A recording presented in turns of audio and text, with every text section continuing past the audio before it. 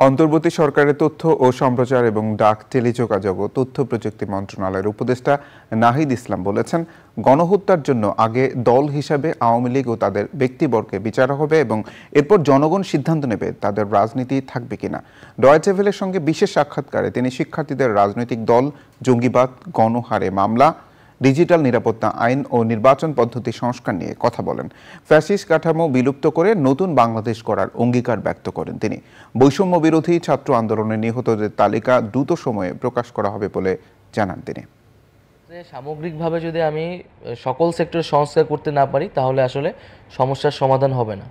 সেই জায়গা থেকে আমাদের পুলিশ প্রশাসন, নির্বাচন কমিশন এবং অবশ্যই প্রধানত সংবিধান থেকে শুরু করে সকল ক্ষেত্রে আমরা সেই সকল ক্ষেত্রের অভিজ্ঞ এবং এক্সপার্টদের সংস্কারের কথা বলছি।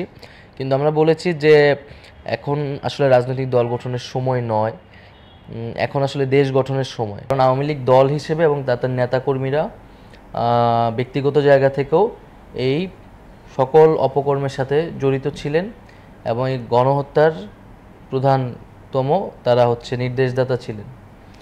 তো সেই জায়গা থেকে তাদের হত্যার যে হত্যাগুলো তারা করেছেন এবং যে অপকর্মগুলো করেছে তাদের সেটার জন্য তাদেরকে বিচারের মুখোমুখি করা, বিচার প্রক্রিয়ার পরেই আসলে এটা বলা যাবে যে আওয়ামী লীগের রাজনীতি কতটুকু থাকবে বা থাকবে না, এবং জনগণই সেটা সিদ্ধান্ত নেবে।